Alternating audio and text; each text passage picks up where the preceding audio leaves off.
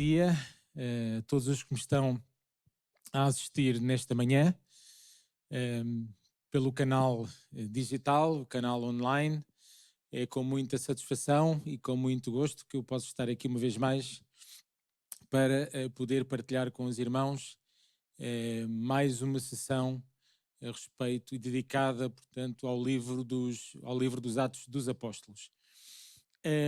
Nas duas primeiras sessões nós tivemos a oportunidade de fazer brevemente um destaque e um resumo introdutório do livro dos Atos dos Apóstolos. E nesta terceira sessão nós vamos dar continuidade à meditação e à reflexão ao qual eu convidava desde já a todos aqueles que me assistem nesta manhã a podermos abrir as Sagradas Escrituras, a Palavra de Deus, e assim nos podermos concentrar no livro de Atos dos Apóstolos. E desta forma começamos por recordar uma vez mais a grande comissão de Jesus Cristo, que quando ele determinava e ensinava aos seus discípulos e manifestava e dirigia aos seus discípulos o grande mandamento, conhecido também pela grande comissão de Jesus Cristo, traduzida por esta ordem que deu aos seus discípulos e que, uma vez mais, no capítulo 1 de Atos, nós podemos ler de que a promessa ela iria ser cumprida e que os discípulos eles teriam que esperar em Jerusalém.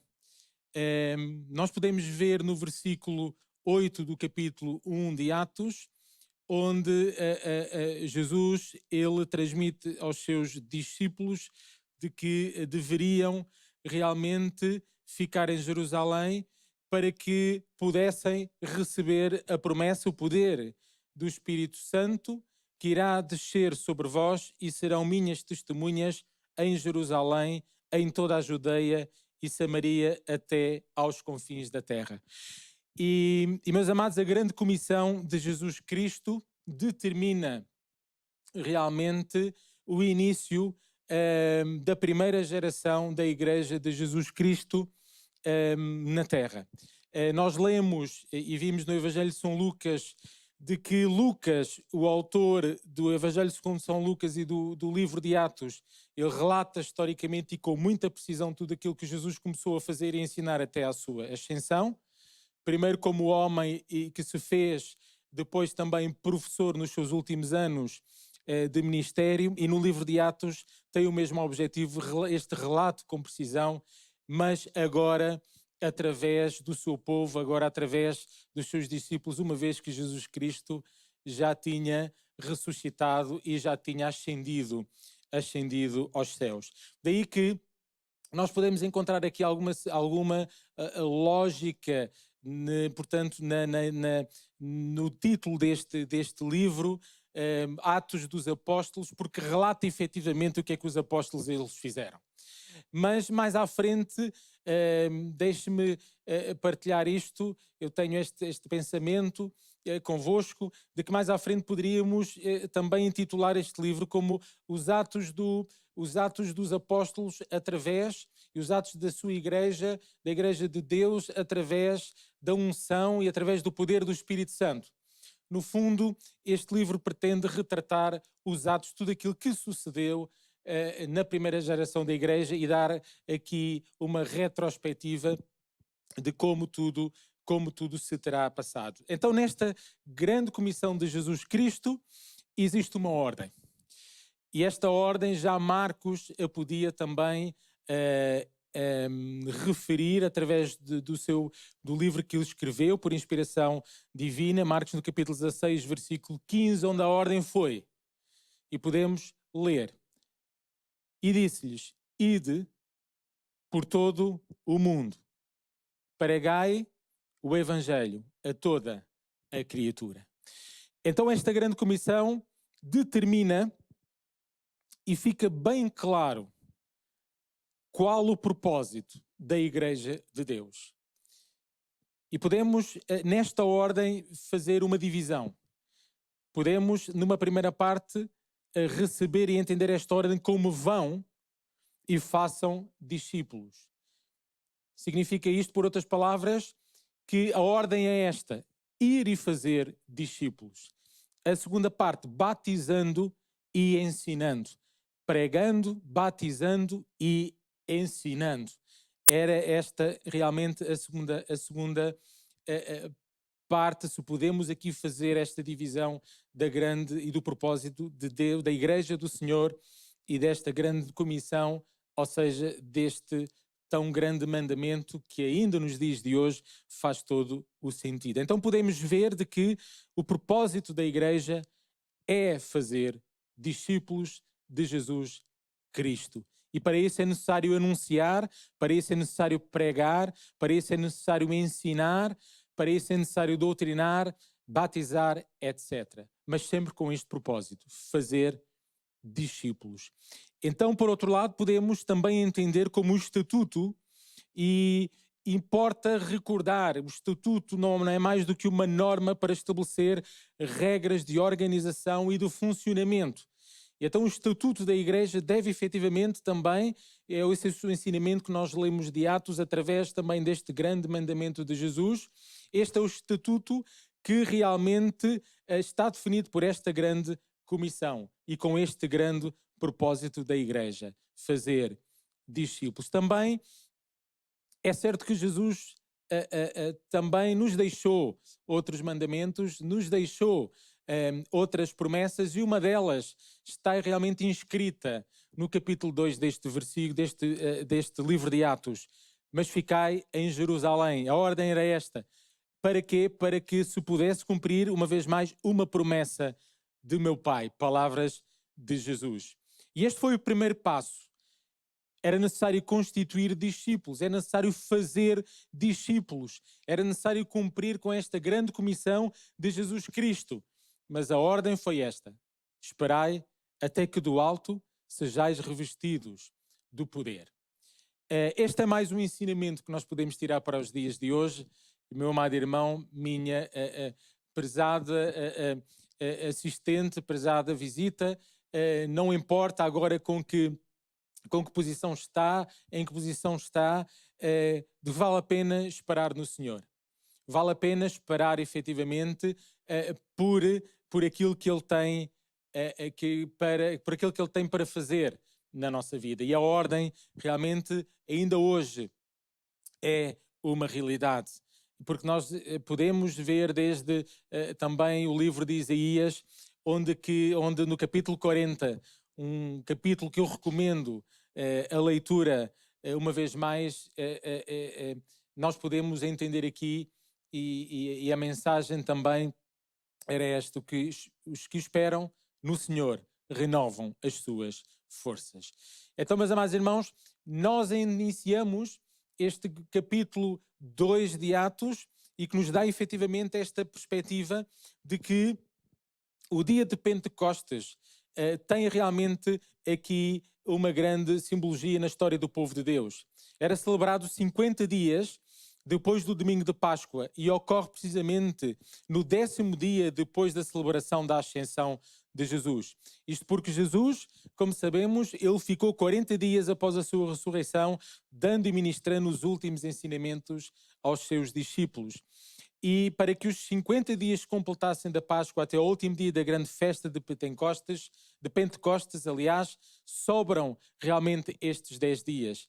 E foram estes os dias que os discípulos permaneceram no cenáculo até assistirem e até sentirem nas suas vidas a descida do Espírito Santo no dia de Pentecostes. Pentecostes realmente tem uma história, tem uma simbologia muito importante ligado ao festival judaico da colheita, que comemora a entrega dos 10 mandamentos do Monte Sinai 50 dias depois do Êxodo. Celebração da colheita. E é uma simbologia bastante importante. Porque se nós lermos João no capítulo 4, versículo 35, nós vemos, e está escrito na palavra do Senhor, palavra de Jesus: abram os vossos olhos e vejam os campos. Então, meus amados irmãos, Deus estava a começar a sua maior colheita, se é que podemos entender desta forma da história universal.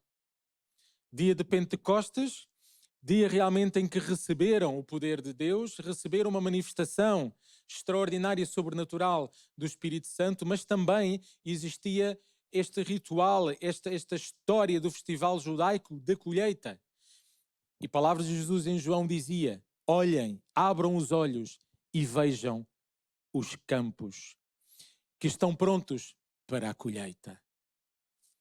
Então esta mensagem realmente é uma mensagem que faz continua a fazer todo o sentido nos dias de hoje.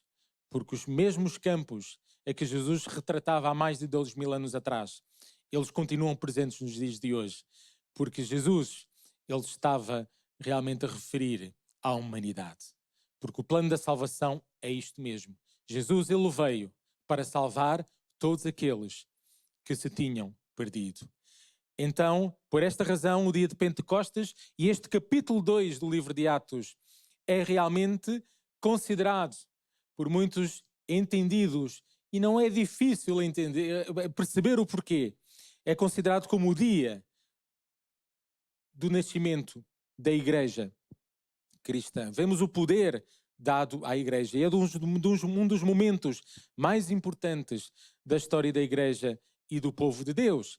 Assim como ao longo de todas das Sagradas Escrituras, de todos os seus livros, do seu cânon, nós podemos realmente também encontrar outros grandes momentos. O momento da criação de todas as coisas, o momento da vinda e do nascimento de Jesus, em que Jesus ele se fez homem e habitou no nosso meio. A ressurreição de Jesus. E, meus amados, o dia de Pentecostes, em que Jesus, uma vez mais, se fazia cumprir, através das suas palavras, mais uma das suas promessas. E então fica claro neste capítulo 2 de que não podemos fazer a obra de Deus na nossa força. E esta é uma mensagem para a igreja do dia de hoje. Nós não podemos fazer a obra de Deus, nós não podemos fazer discípulos para Jesus na nossa força, mas sim na força de Deus, mas sim na força do Espírito Santo. E é impossível cumprir o seu propósito sem o Pentecostes. É impossível cumprir este propósito sem realmente o derramamento do Espírito Santo nas nossas vidas. E era impossível também a expansão da igreja. Recordamos que estamos a tratar de um livro que nos retrata o surgimento e a expansão da igreja. E realmente é interessante e curioso entender como é que um grupo pequeno de pessoas, os discípulos de Jesus, uns pescadores, outros agricultores, outros realmente com outras artes, mas não eram homens com grandes estudos académicos, com grande, efetivamente, cultura daquele tempo. Como é que superaram? Como é que a Igreja do Senhor sobreviveu a tão grande império romano, a tão grande cultura grega, cultura helenista? Não poderia, entendemos, sobreviver a estes dois impérios, romano e grego, sem o poder e sem o carisma do Espírito Santo de Deus. E como eu dizia há pouco, sem Pentecostes é impossível fazer discípulos. Nós podemos fazer muita coisa. Nós podemos realmente criar homens, criar outras pessoas, mas não os verdadeiros seguidores e não os verdadeiros discípulos de Jesus. Então, até agora, fazendo aqui um pouco um resumo, podemos observar aqui, e deixe-me aqui utilizar uma simbologia, os 3 P's da igreja. Os 3 P's da igreja. Propósito. Primeiro P, fazer discípulos. Segundo P, a promessa. Revestimento do poder do Espírito Santo. Terceiro P, o poder. E, meus amados, o poder da igreja não está em nós mesmos. O poder da igreja não está em toda a tecnologia que nós podemos investir. O poder da igreja verdadeiro para fazer discípulos está no poder do Espírito Santo. E agora, e para continuarmos, observemos e surge o quarto P. E o quarto P, meus amados irmãos, é a performance da igreja. No fundo, o comportamento, o resultado de tudo isto. Nós vemos que realmente havia a promessa. Nós vemos a grande comissão de Jesus Cristo. Nós vemos o mandamento. Nós vemos uma ordem para ir. Mas nós vemos também, por outro lado, uma ordem para ficar em Jerusalém. Para não darem um passo sem primeiro receberem a promessa do revestimento do Espírito Santo. E eis que no livro de Atos nos é relatado de uma forma extraordinária e com muitos exemplos dos resultados de tudo isto. Como um ato histórico. Podemos entender, meus amados irmãos, e o desafio é este, que eu convidava todos a poderem seguir comigo. Por um lado, temos em Atos algo extraordinário, uma narrativa extraordinária da história da igreja. Mas não nos deixemos ficar apenas pela história. Que nós nos possamos sentir motivados, entusiasmados, mobilizados a fazer acontecer nos dias de hoje, a fazer acontecer no século XXI, aquilo que efetivamente estava a acontecer e que aconteceu no século I depois de Cristo. Porque é certo, e deixem-me dizer-vos, é certo que o livro de Atos tem 28 capítulos. Mas a pergunta, pense nisto, a pergunta nesta manhã é: será que o livro de Atos já terminou de ser escrito? Será que o livro de Atos tem mais algum capítulo que deveria ser escrito? Esta é a reflexão. E a minha resposta nesta manhã é que o livro de Atos ainda não acabou de ser escrito. O livro de Atos deverá, e é certamente, e continua a ser, escrito nos dias de hoje. E compete à nossa igreja, compete à tua igreja, compete à minha igreja, continuarmos a desenhar e continuarmos a escrever o capítulo 29 do livro de Atos, mas é o capítulo 29 da Igreja, da Assembleia de Deus de Alverca, da área de Alverca, do ano da graça de 2021. Nós vemos o propósito da Igreja fazer discípulos, mas tudo isto seria em vão se não houvesse realmente almas salvas. E nós podemos realmente entender que, e podemos ver registado que logo no capítulo, neste mesmo capítulo 2, em que, meus amados irmãos, nós podemos ver logo na pregação de Pedro, em que 3.000 novos discípulos se acrescentaram à igreja naquele dia. E cada vez que Pedro ele pregava, e nós vemos relatos, estes mesmos relatos nos primeiros capítulos, mas de uma forma geral em toda a narrativa do livro de Atos, o poder com que realmente o Evangelho era anunciado, de que a igreja ela continuava a crescer, se convertiam, e todos aqueles que se convertiam eram realmente recrutados para serem discípulos, e assim sucessivamente. E, meus amados irmãos, uma característica realmente importante, algo extraordinário escrito, e eu convidava a todos aqueles que me assistem a abrir as vossas Bíblias em 1 Coríntios, no capítulo 2, versículo 1 ao versículo 16. 1 Coríntios 2, versículo 1 ao versículo 16. Palavras de Paulo. E ele diz: eu mesmo, irmãos, quando estive entre vocês, não fui com discurso eloquente, nem com muita sabedoria, para lhes proclamar o ministério de Deus. Pois decidi nada saber entre vocês, a não ser Jesus Cristo e este crucificado.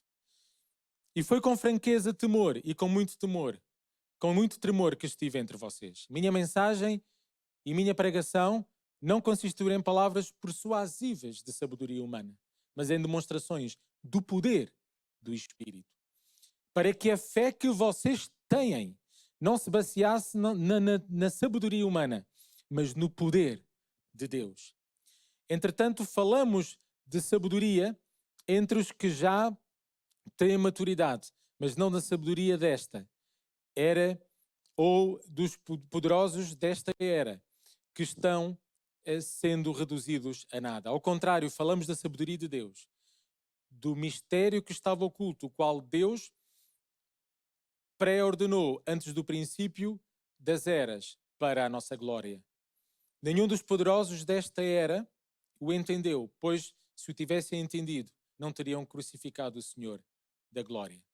Todavia, como está escrito, olho nenhum viu, ouvido nenhum ouviu, mente nenhuma imaginou o que Deus preparou para aqueles que o amam. Mas Deus revelou a nós por meio do Espírito. O Espírito sonda todas as coisas, até mesmo as coisas mais profundas de Deus. Pois quem conhece os pensamentos do homem a não ser o Espírito do homem que nele está? Da mesma forma, ninguém conhece os pensamentos de Deus a não ser o Espírito de Deus. Nós, porém, não recebemos o Espírito do mundo, mas o Espírito procedente de Deus, para que entendamos as coisas que Deus nos tem dado gratuitamente.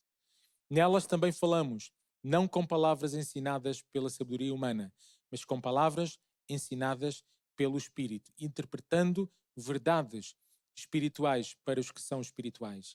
Quem não tem o Espírito não aceita as coisas que vêm do Espírito de Deus, pois lhe são loucura e não é capaz de entendê-las porque são discernidas espiritualmente. Mas quem é espiritual discerne todas as coisas, e ele mesmo por ninguém é discernido, pois quem conhece a mente do Senhor para que possa instruí-lo, nós, porém, temos a mente de Cristo.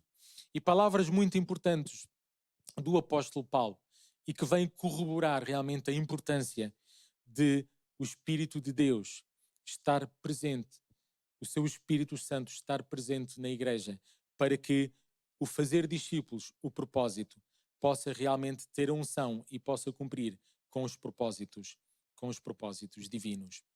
E nós vemos uma das primeiras pregações relatadas no livro de Atos, a pregação de Pedro.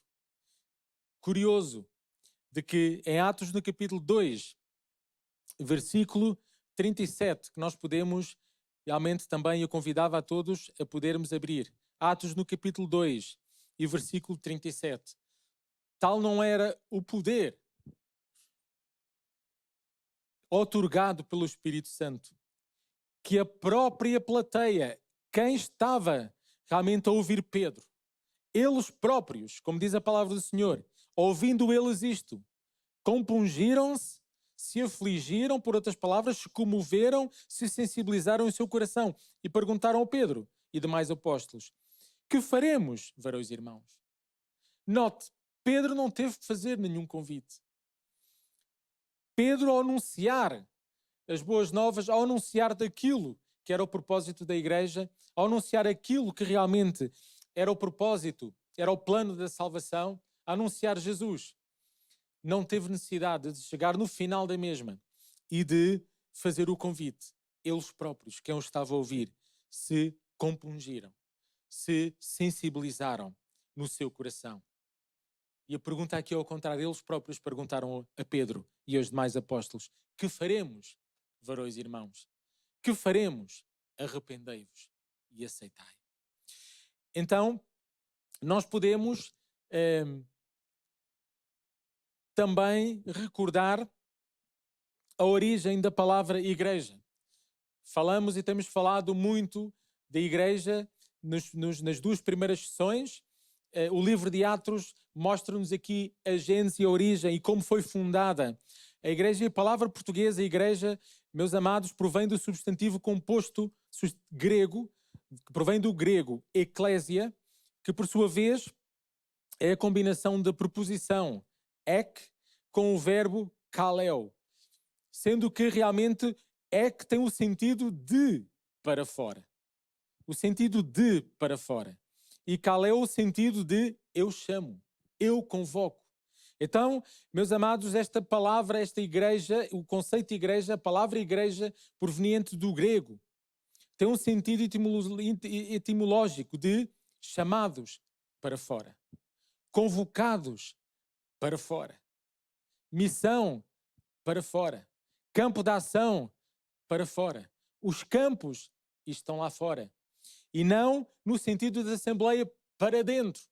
Não apenas para dentro, não convocados para nós mesmos, não convocados para mim mesmo, enquanto membro, realmente, enquanto membro desta igreja à qual eu pertenço, desta igreja à qual tu pertences.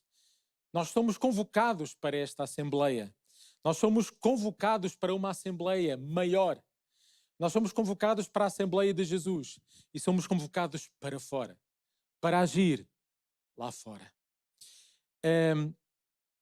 Então, nós podemos, entre várias marcas que já nos primórdios da Igreja de Jesus, registadas, e algumas delas nós podemos entendê-las também ao longo de todo este capítulo 2, mas no capítulo 2 e no versículo 42, e nós vamos aqui também ler.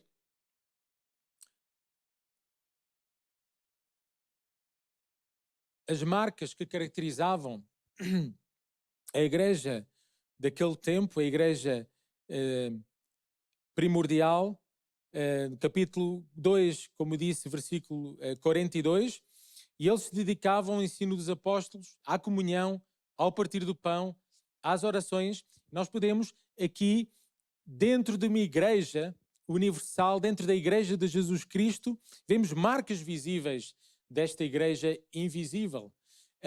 Nós vemos o ensino, a doutrina dos apóstolos, como acabei de ler, a comunhão, que envolve compromisso, o partir do pão no memorial da última ceia, no memorial da mesa do Senhor, nas orações, o temor, sinais e maravilhas.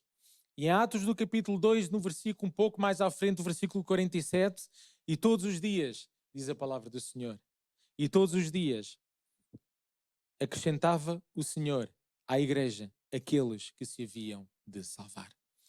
Então, marcas, ensino, comunhão, partir do pão, orações, temor, sinais e maravilhas e crescimento. E claro está que, sendo a igreja um corpo, a igreja será certamente muito mais do que o somatório das partes, muito mais realmente do que o somatório de cada um de nós, pelo poder do Senhor, pelo poder que nos foi outorgado do Espírito Santo.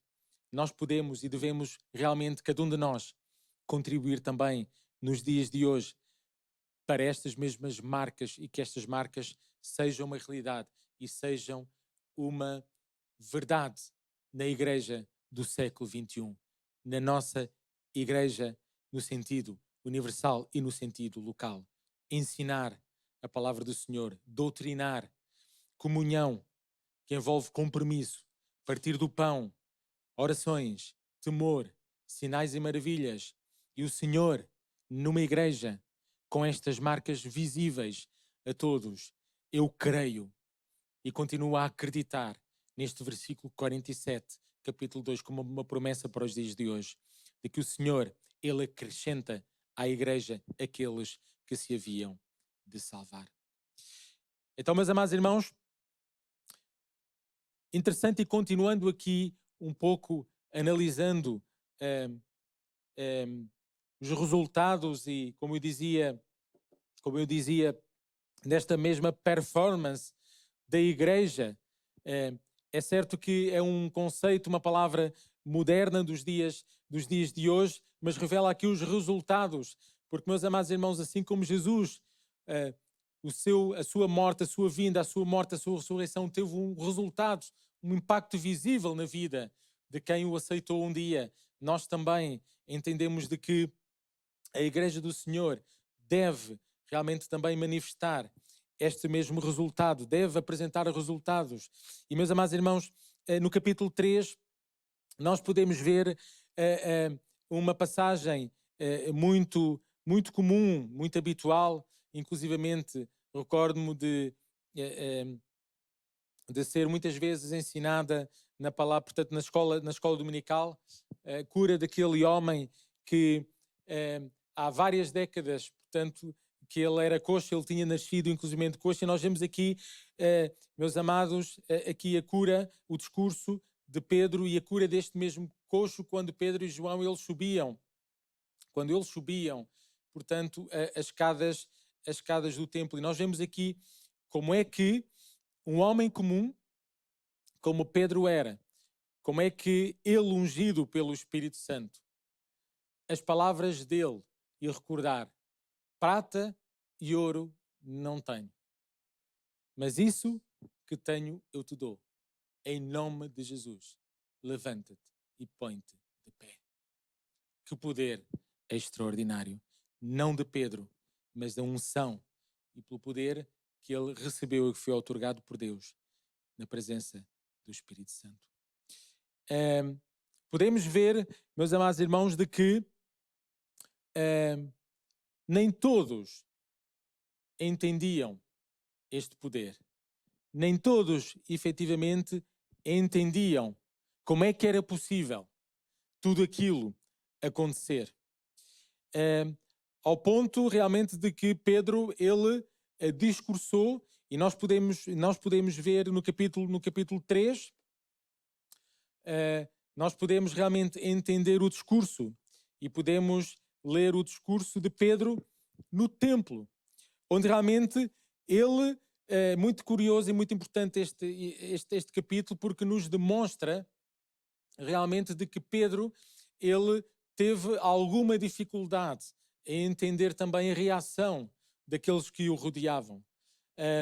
Ao ponto de realmente, no capítulo 3, neste capítulo e no versículo 19, ele próprio, no meio do seu discurso, ele dizia: arrependei-vos, pois, e convertei-vos, para que sejam apagados os vossos pecados e venham assim os tempos de refrigério pela presença do Senhor. E neste capítulo 3, nós podemos aqui entender toda a argumentação de Pedro, em que ele explicava como é que realmente se deveriam posicionar naqueles tempos quem realmente assistia a tudo aquilo, de que todos os milagres, a todos os sinais, os prodígios e maravilhas de que realmente iam e que estavam acontecendo. E no capítulo 4, meus amados irmãos, deixe-me fazer uma pergunta. Qual a melhor forma que nós temos de aborrecermos o inimigo das nossas almas? Qual a melhor forma que nós temos de realmente perturbar o inimigo das nossas almas? Deixa-me responder esta pergunta. E ela pode efetivamente ser analisada neste capítulo 4. E o capítulo 4, realmente, ele acaba por ser uma evidência disso mesmo. Porque começa a perseguição a Pedro, começa a perseguição aos apóstolos e começa a perseguição aos discípulos do Senhor. Porquê? Porque eles estavam realmente ungidos pelo Espírito Santo de Deus. Porque eles estavam anunciando a verdade e as boas novas do Evangelho. Porque realmente eles impactavam quem se cruzava com eles, porque os ganhavam para Jesus. E uma vez mais nós vemos aqui o poder do Espírito Santo, em que no capítulo 4, versículo 4, nós podemos ler: muitos, porém, dos que ouviram a palavra, creram, e chegou o número desses homens a quase 5.000. Então, pode surgir uma segunda pergunta. Será que nós, por aquilo que nós entendemos no livro de Atos, será que nós realmente temos que ser perseguidos? Será que a perseguição é um bom sinal? Ou será que a perseguição é um mau sinal? Por aquilo que nós podemos ver inscrito neste capítulo 4 e por aquilo que nós podemos ver na vida de Pedro, por aquilo que nós podemos ver na vida de Estevão, o primeiro mártir, por aquilo que nós podemos ver na vida de João, por aquilo que nós podemos ver na vida de Paulo, a perseguição era uma realidade. Isto porque o inimigo Satanás não estava contente com realmente o surgimento da Igreja do Senhor. Porque através da Igreja do Senhor estava a ser dada continuidade àquilo que era a própria ação de Jesus enquanto homem, enquanto viveu nesta terra. E é certo que morreu, ressuscitou ao terceiro dia, morreu crucificado pelos pecados da humanidade, ressuscitou ao terceiro dia, ascendeu, está à direita do Pai, mas a sua obra, ela continua nos dias de hoje. O capítulo 29 de Atos, ele continua a ser redigido nos dias de hoje. E nós, a Igreja do Senhor, nós temos uma palavra ainda a dar. Então significa isto que um outro ensinamento que nós podemos retirar deste livro de Atos é de que quando nós fazemos a palavra quando nós fazemos a obra do Senhor, quando nós fazemos aquilo que fazemos para a obra do Senhor debaixo da unção, quando nós anunciamos, quando nós contribuímos para este mesmo crescimento da Igreja do Senhor, o inimigo das nossas almas não vai ficar satisfeito. E a perseguição, ela vai iniciar. A perseguição, ela vai ser uma realidade na nossa vida. Por isso, não te preocupes com isso.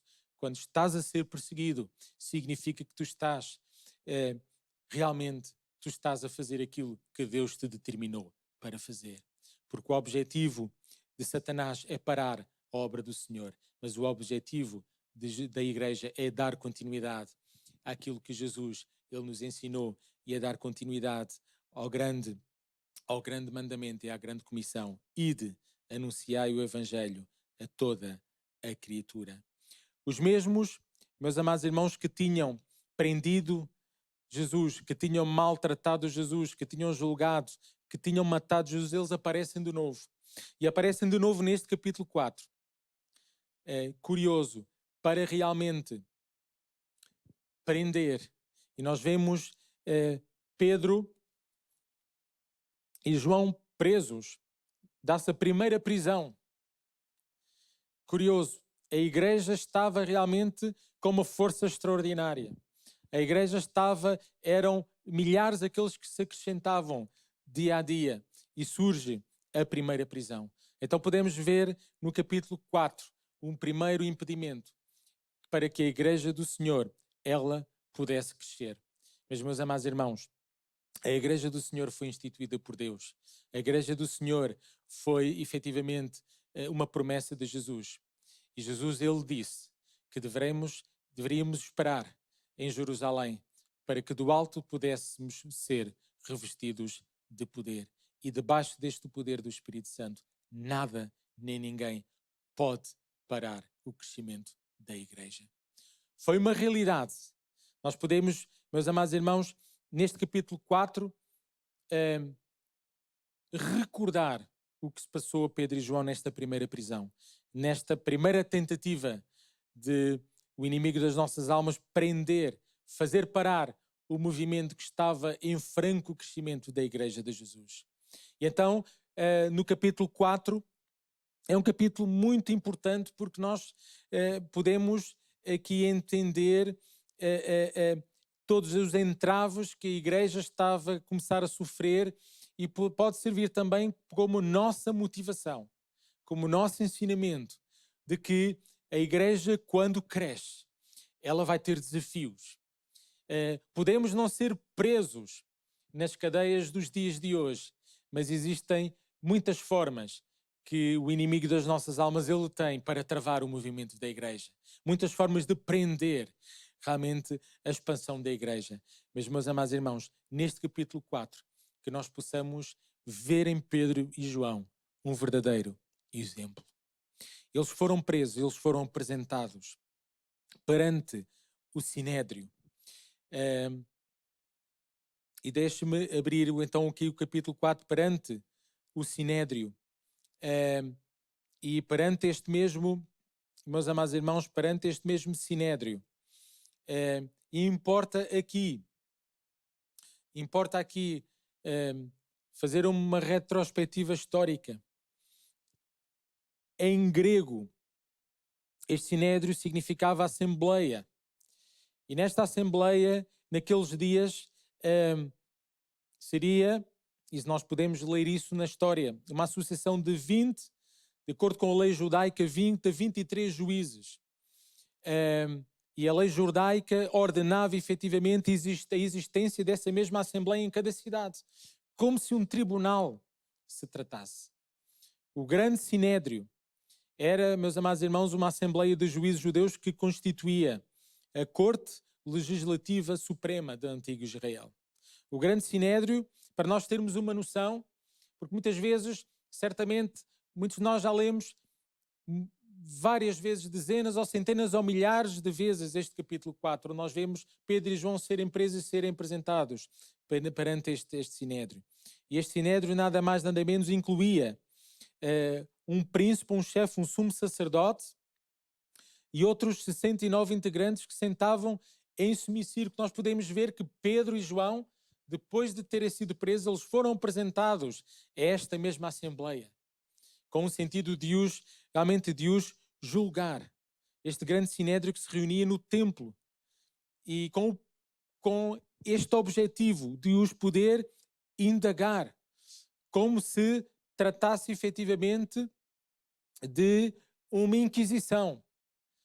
Porque nós podemos ler neste capítulo 4 que a pergunta que era feita, e a pergunta-chave era esta: com que poder? Ou em nome de quem? Em nome de quem fizestes isto? Em nome de quem fizestes isto? Pedro e João, por aquilo que realmente já tinha sido uma realidade, por aquilo que se comentava, por aquilo que realmente era a expressão do poder do Espírito Santo. Todas aquelas almas, Pedro, perante este sinédrio, ele teve que sofrer esta pergunta que lhe foi dirigida: com que poder ou em nome de quem fizestes isto? E, meus amados irmãos, se alguém alguma vez nos dirigir esta pergunta e nos indagar, deixe-me dizer que é um excelente sinal. É sinal de que realmente reconhecem em nós algo extraordinário, através de nós. Algo extraordinário poder acontecer, estar a acontecer, aliás, através dos nossos atos, através das nossas palavras, através realmente daquilo que nós podemos contribuir. Porque os homens que fizeram esta pergunta não tinham entendido a unção e o poder do Espírito Santo de Deus. Povo judeu, mas não tinham entendido, não tinham recebido esta promessa. E como nós lemos, meus amados irmãos, e dissemos, inclusivamente há pouco, as coisas do Espírito apenas se conseguem entender através do discernimento do Espírito Santo de Deus. Ao ponto, meus amados irmãos, um dos versículos-chave deste capítulo 4, versículo 12, onde realmente ainda hoje nós o utilizamos nas nossas pregações quando nós anunciamos o Evangelho, e em nenhum outro há salvação, porque também debaixo do céu nenhum outro nome há dado entre os homens pelo qual nós devamos ser salvos. Então, este sinédrio, esta assembleia, meus amados irmãos, reconheceram algo diferente. Reconheceram ousadia, reconheceram um poder, algo extraordinário, sobrenatural, vinha daqueles homens. E, meus amados irmãos, que, uma vez mais, importa sempre nós repetirmos isto.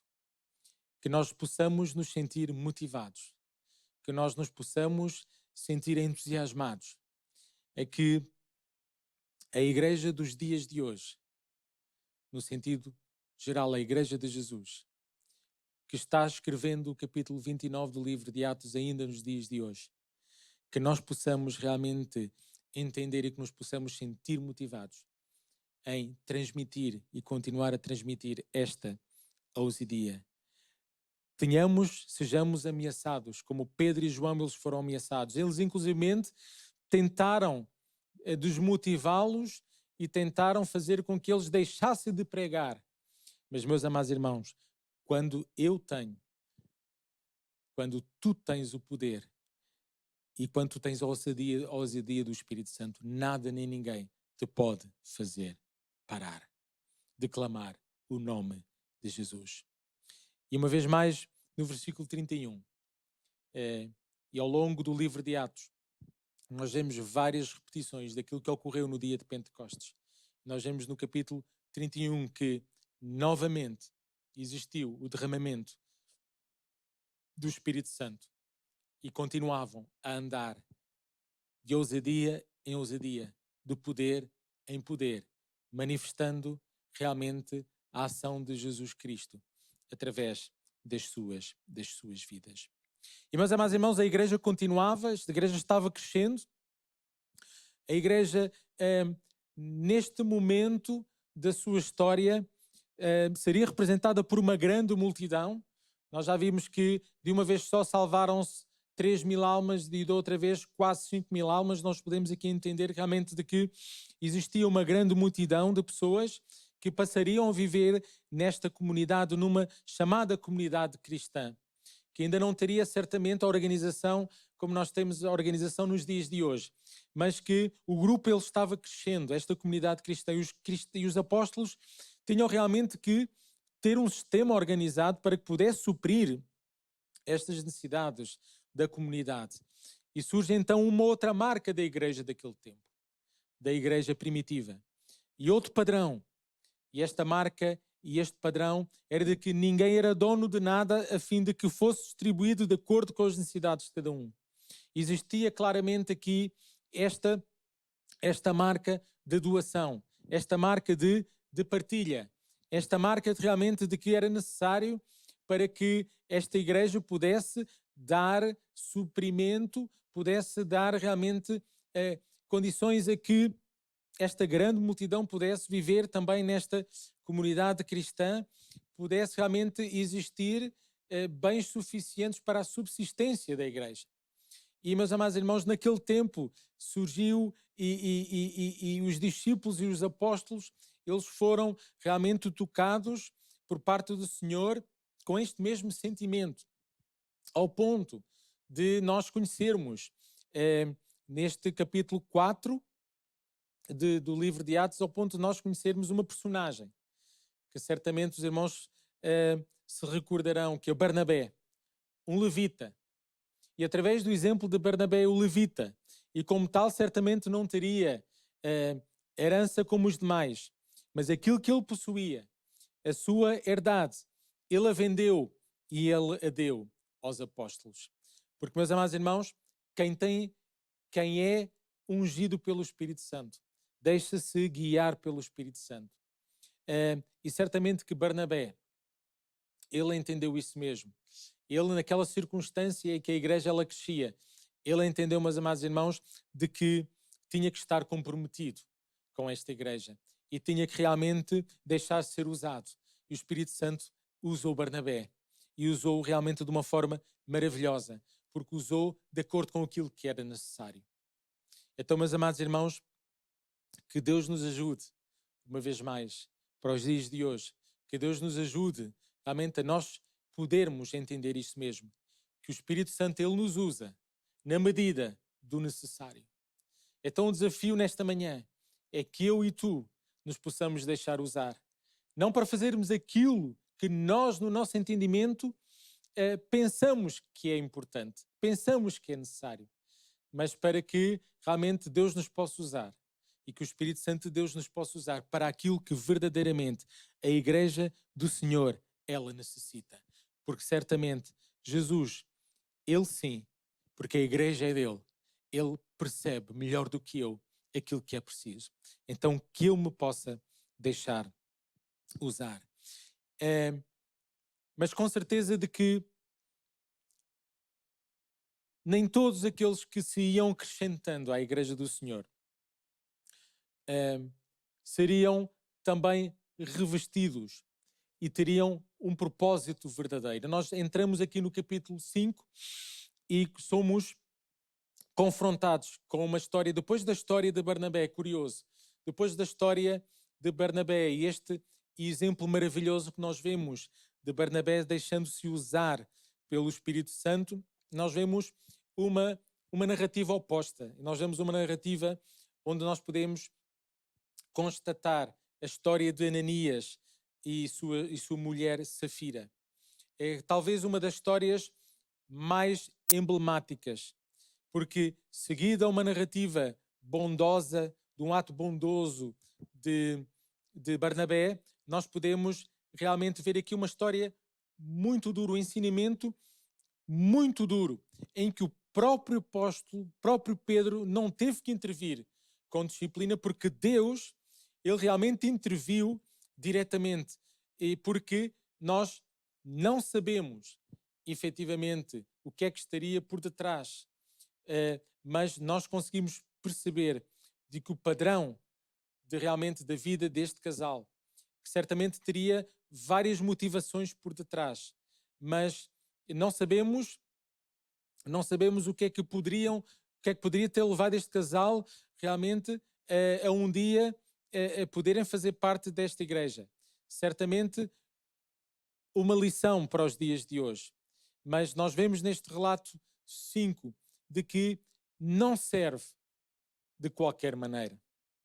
Porque a obra do Senhor, ela tem que ser feita, e eu, enquanto agente ativo e participativo desta missão da igreja, eu tenho que realmente estar alinhado com o padrão e com a marca que Jesus imprime e Jesus exige da sua igreja.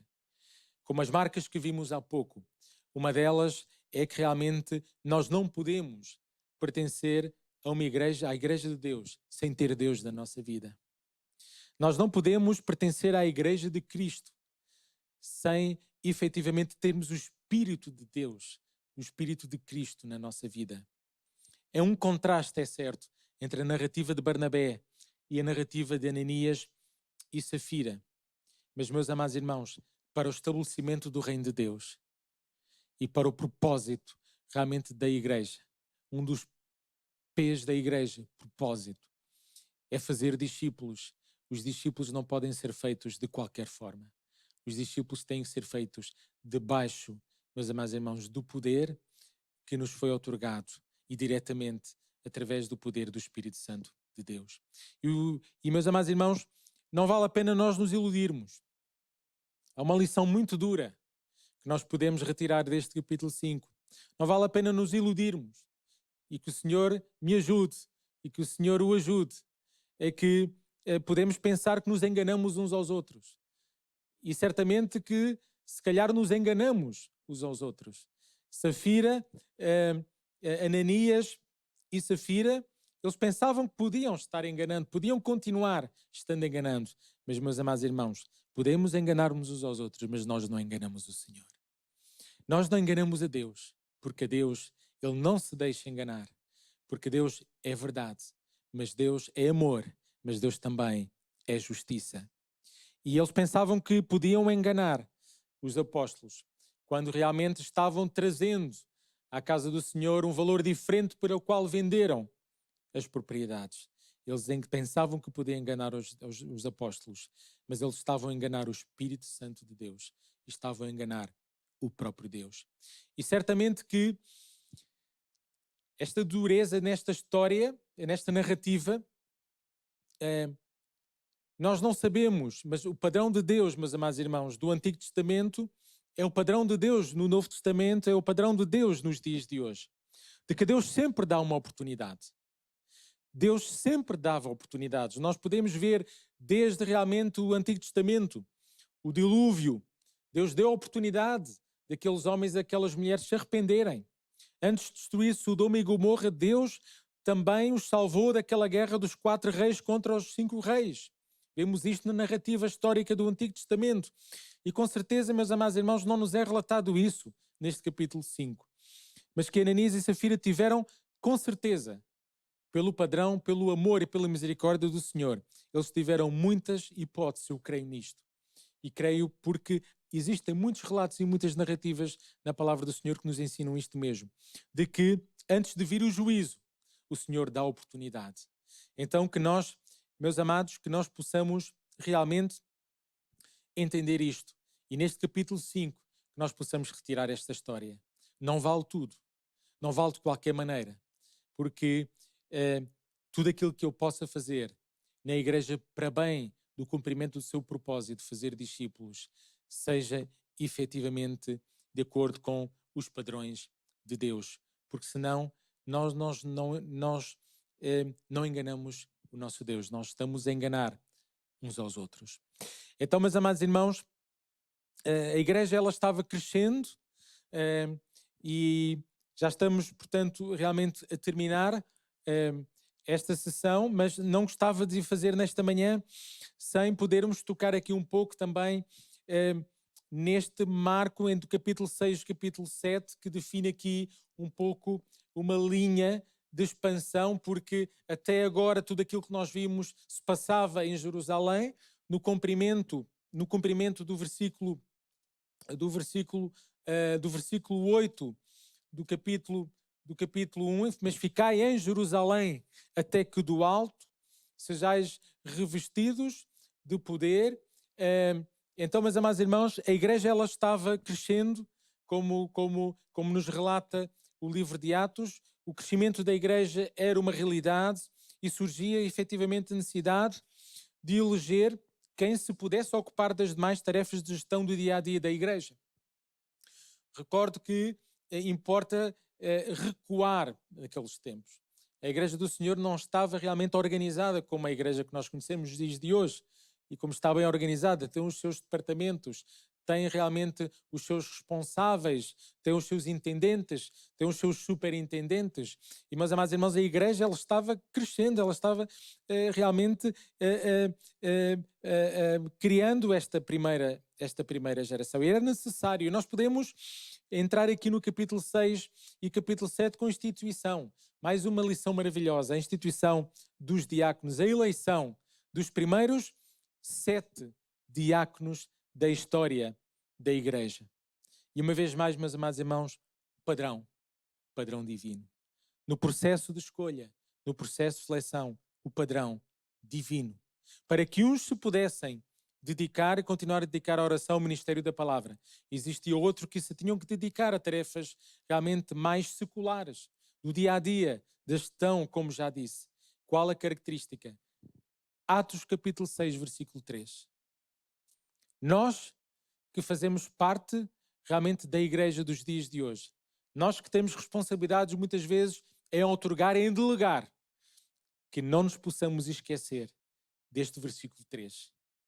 Se não vejamos, escolhei, pois, irmãos, de entre vós, 7 varões de boa reputação, cheios do Espírito Santo e de sabedoria, aos quais constituamos sobre este importante negócio.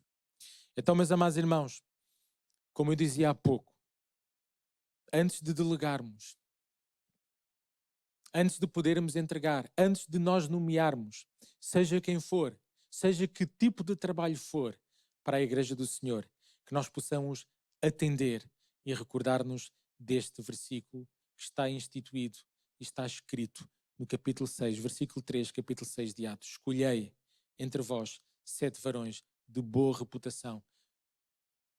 Por outras palavras, com bom testemunho, cheios do Espírito Santo e de sabedoria, aos quais constituamos sobre este importante negócio.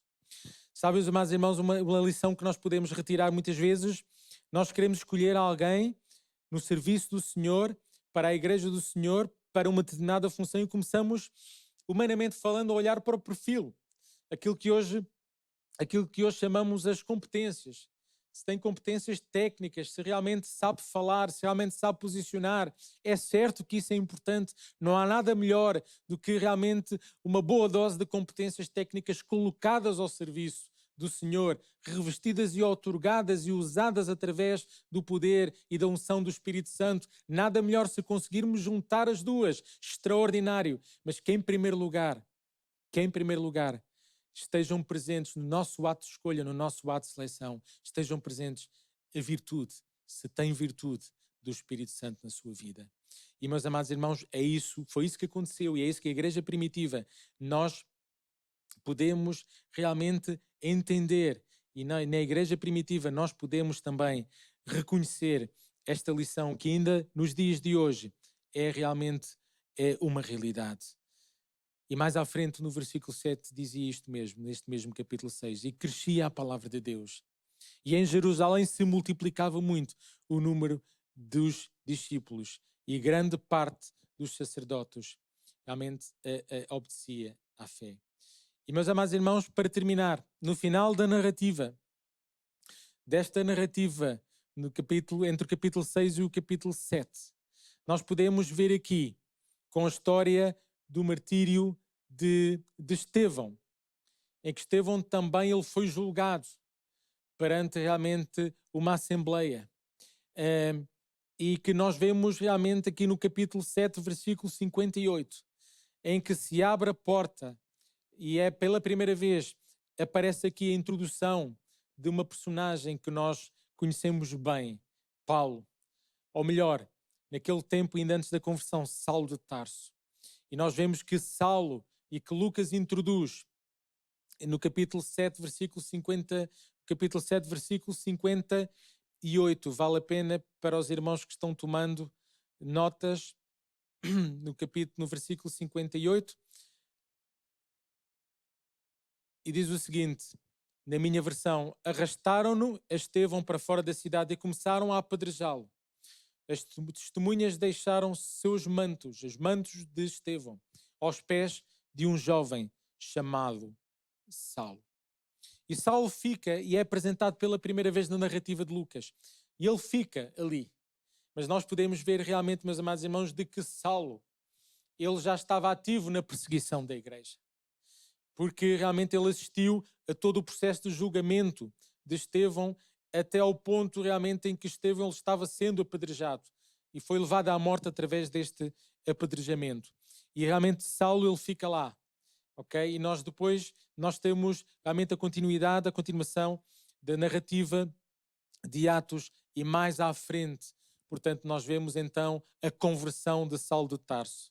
Nós vemos a história em que nos é apresentada a narrativa e isso é explicado como é que, portanto, Saulo ele se converte e como é que, inclusivamente, ele passa a ser nomeado e passa a ser chamado de Paulo, este Saulo de Tarso. E, meus amados irmãos, inicia-se então aqui a narrativa que se concentra em Filipe e o Filipe, que nós iremos ter a oportunidade realmente de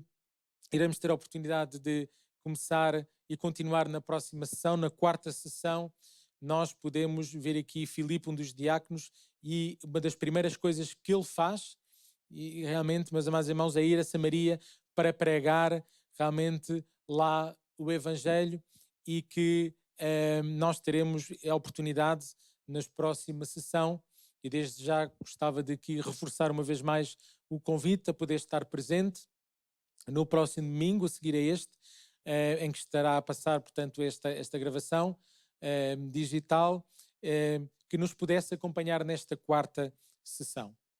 Mas para que nós possamos meditar e para que o Espírito Santo de Deus possa falar connosco e possa continuar a falar connosco, eu gostava apenas de recordar aquilo que eu disse no início. O livro de Atos, eu creio que não terminou no capítulo 28. Ele apenas parou na narrativa de Lucas. Porque, meus amados irmãos, nos dias de hoje, nós ainda estamos a continuar e continuamos a escrever a história da Igreja. É certo, não no primeiro século, mas no século XXI. Que o Senhor nos possa abençoar, que o Senhor nos possa ajudar e que o Espírito Santo possa falar com cada um de nós, para que nós possamos verdadeiramente entender de que vale a pena seguir ao Senhor, vale a pena fazer parte da sua igreja, mas enquanto membros ativos na escrita da história da igreja da nossa área do século XXI. Que o Senhor vos possa abençoar de uma forma rica e poderosa e encontramos aqui, se Deus quiser, no próximo domingo. Que o Senhor vos abençoe. Muito obrigado pela vossa atenção. Amém.